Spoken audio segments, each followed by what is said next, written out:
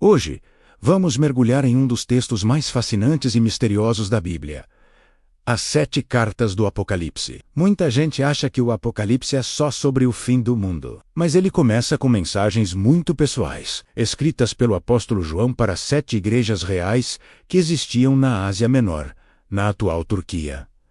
Essas cartas não são apenas relíquias históricas, elas são um espelho para a nossa própria fé e para a vida da igreja hoje. Cada carta segue um padrão.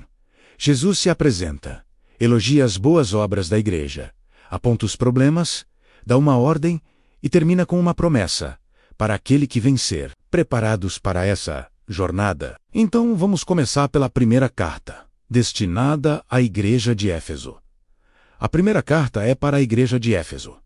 Éfeso era uma cidade grande, um centro comercial e religioso importante, com o famoso Templo de Ártemis. Jesus começa elogiando a igreja pelo seu trabalho árduo, sua perseverança e por não tolerar os maus. Eles eram doutrinariamente corretos, testavam os falsos apóstolos e os rejeitavam.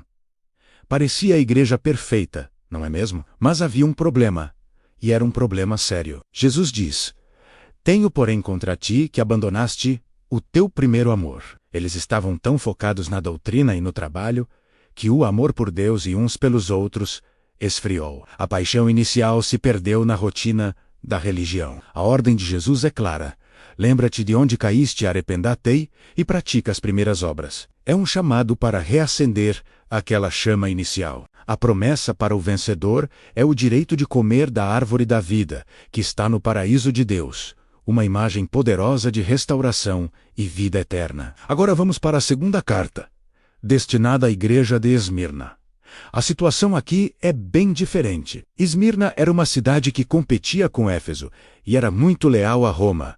Os cristãos de lá enfrentavam uma perseguição intensa, tanto dos romanos quanto da comunidade judaica local, que Jesus chama de sinagoga de Satanás. Diferente de Éfeso, Jesus não tem nenhuma repreensão para Esmirna. Ele começa dizendo: "Conheço a tua tribulação e a tua pobreza, mas tu és rico." Eles eram pobres materialmente, mas ricos espiritualmente. Jesus os encoraja a não temer o que estão prestes a sofrer, prevendo que alguns seriam presos e que teriam uma tribulação de 10 dias.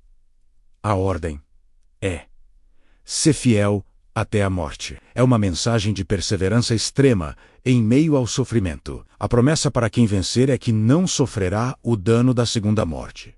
Ou seja, a separação eterna de Deus é uma garantia de vida eterna, mesmo que percam a vida terrena por causa da fé. A terceira carta é para a igreja de Pérgamo. Pérgamo era a capital administrativa da província e um centro de adoração ao imperador. Jesus a descreve como o lugar onde está o trono de Satanás, provavelmente por causa da forte idolatria e do culto imperial. Jesus elogia a igreja por permanecer fiel ao seu nome.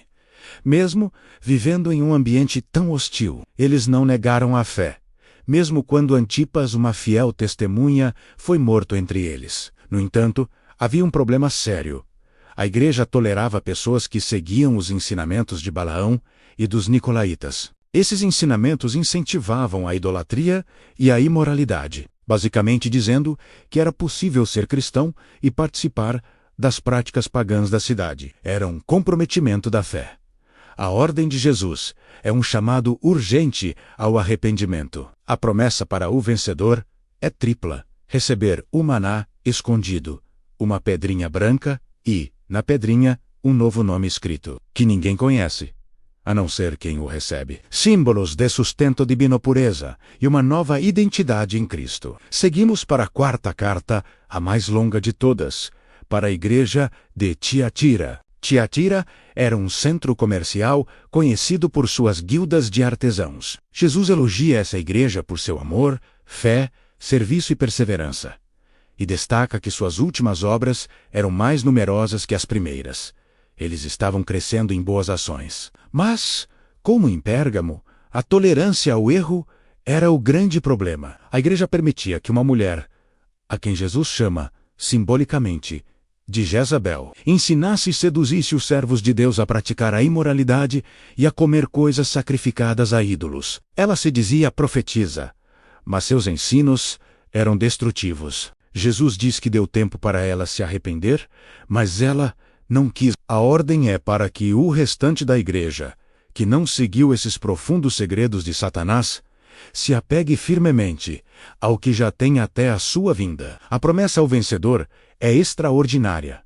A autoridade sobre as nações e a estrela da manhã, que simboliza o próprio Cristo.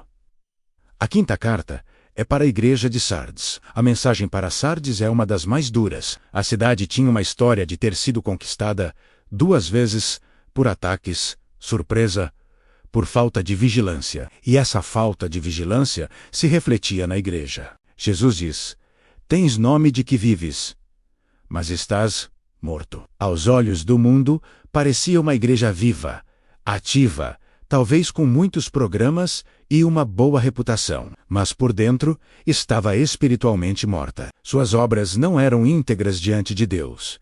A ordem é clara: ser vigilante e consolida o resto que estava para morrer. É um chamado desesperado para acordar do sono espiritual, lembrar do que receberam e ouviram, guardar e se arrepender. Jesus avisa que se não vigiarem, ele virá como um ladrão. No entanto, havia um pequeno grupo em Sardes, que não tinha contaminado as suas vestes. A promessa para esses vencedores é que andarão com Jesus vestidos de branco, terão seus nomes mantidos no livro da vida e serão confessados diante do Pai e dos seus anjos. A sexta carta é para a igreja de Filadélfia.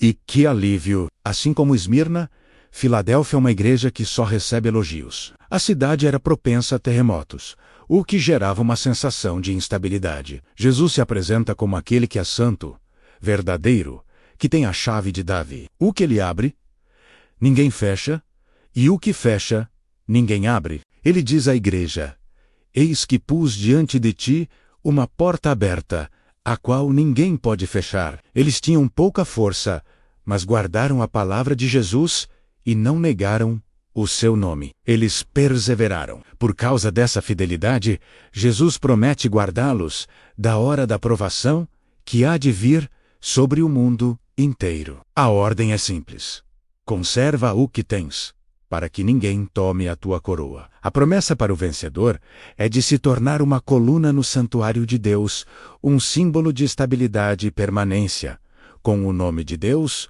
o nome da Nova Jerusalém e o novo nome de Jesus escritos sobre ele. Finalmente, a sétima e última carta para a igreja de Laodiceia. Esta é talvez a carta mais famosa e contém a repreensão mais forte. Laodiceia era uma cidade incrivelmente rica, um centro bancário, de produção de lã preta e com uma famosa escola de medicina. Eles eram autossuficientes e orgulhosos. E essa atitude contaminou a igreja. Jesus diz: conheço as tuas obras, que nem és frio nem quente. Quem dera fosses frio ou quente. Assim, porque és morno. Estou a ponto de vomitar-te da minha boca. A mornidão espiritual, a indiferença, é repugnante para Jesus. Eles se achavam ricos e de nada precisavam, mas Jesus revela a sua verdadeira condição: desgraçado, miserável, pobre, cego e nu. A ordem é um conselho de amigo: comprar de Jesus ouro refinado pelo fogo para se enriquecer, vestes brancas para se vestir e colírio para os olhos para poder ver. E então vem uma das passagens mais bonitas: eis que estou à porta e bato. Se alguém ouvir a minha voz e abrir a porta, entrarei em sua casa e cearei com ele, e ele comigo. É um convite íntimo à comunhão. A promessa ao vencedor é a de se sentar com Jesus em seu trono, assim como ele venceu e se sentou com o Pai em seu trono. E assim, concluímos nossa jornada pelas 7 cartas do Apocalipse. De Éfeso a Laodiceia, vimos igrejas com diferentes forças e fraquezas. Vimos a importância do primeiro amor, da fidelidade na perseguição, da pureza doutrinária, do crescimento contínuo, da vigilância espiritual, da perseverança e do fervor. Essas mensagens, escritas há quase 2000 anos, continuam a nos desafiar hoje. Qual dessas igrejas se parece mais com a sua comunidade ou com a sua própria vida espiritual? Somos como Éfeso, que perdeu o primeiro amor, ou como Laodiceia, mornos e autossuficientes? A boa notícia é que cada carta termina com uma promessa de esperança. Para aquele que vencer, Jesus está sempre nos chamando de volta para Ele, oferecendo perdão, restauração e a vitória final. Que possamos ter ouvidos para ouvir o que o Espírito diz às igrejas. Obrigado por me acompanhar nesta análise profunda.